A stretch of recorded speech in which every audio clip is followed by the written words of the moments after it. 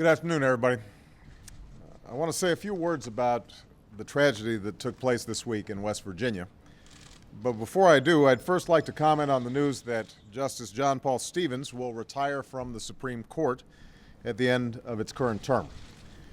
And when President Ford was faced with a Supreme Court vacancy shortly after the nation was still recovering from the Watergate scandal, he wanted a nominee who was brilliant, non-ideological, pragmatic, and committed, above all, to justice, integrity, and the rule of law.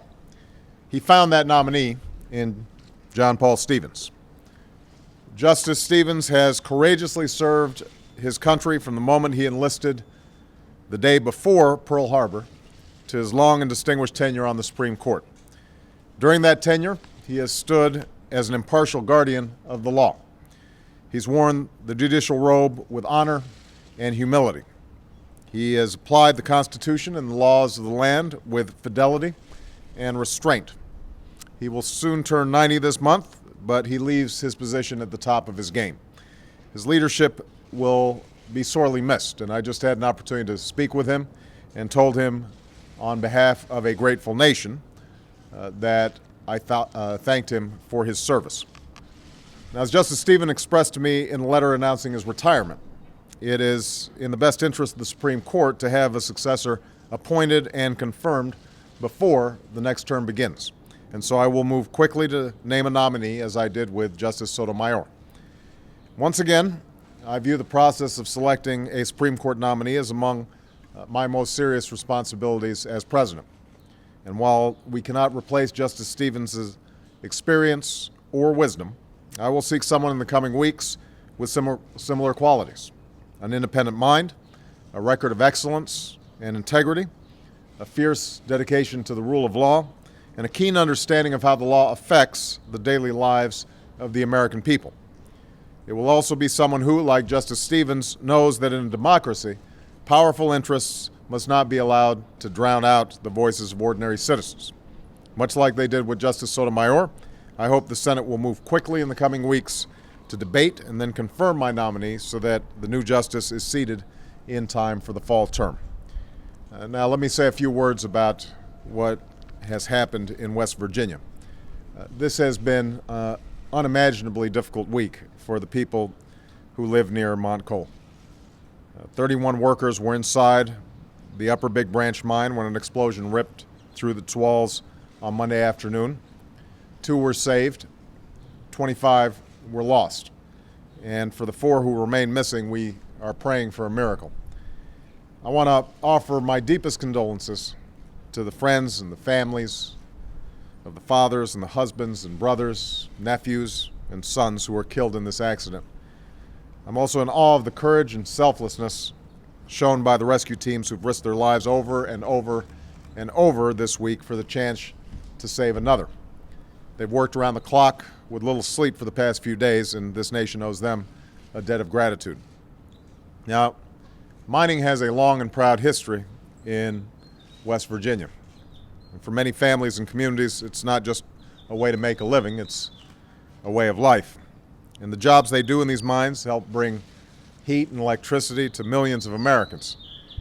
It's a profession that's not without risks and danger, and the workers and their families know that. But their government and their employers know that they owe it to these families to do everything possible to ensure their safety when they go to work each day. When I was in the Senate, I supported the efforts of Senator Byrd and Rockefeller to try to improve mine safety, but it's clear that more needs to be done. And that's why I've asked my Secretary of Labor, as well as the head of Mine Safety and Health Administration, to give me a preliminary report next week on what went wrong and why it went wrong so badly, so that we can take the steps necessary to prevent such accidents in the future. Because mining is a tradition that's often passed down through generations, it's not uncommon to see an entire family choose this line of work. And sadly, when a tragedy like this occurs, it's also not uncommon to lose almost an entire family all at once. I spoke to some surviving members of one such family on Wednesday. This week, Tim Davis and 2 of his nephews, Josh, age 25, and Corey, age 20, were killed in the explosion in the Upper Big Branch mine. Rescuers have reported that Tim and his two nephews were all found together.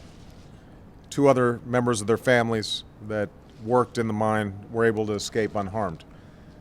Before he left for the mine on Monday, Josh wrote a letter for his girlfriend and young daughter. And in it he said, "If anything happens to me, I'll be looking down from heaven at you all. I love you. Take care of my baby. Tell her that Daddy loves her. She's beautiful. She's funny.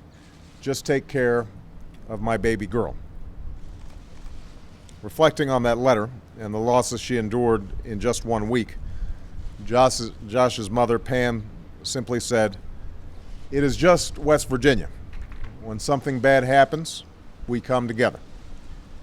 When something bad happens, we come together." Through tragedy and heartache, that's the spirit that has sustained this community and this country for over 200 years.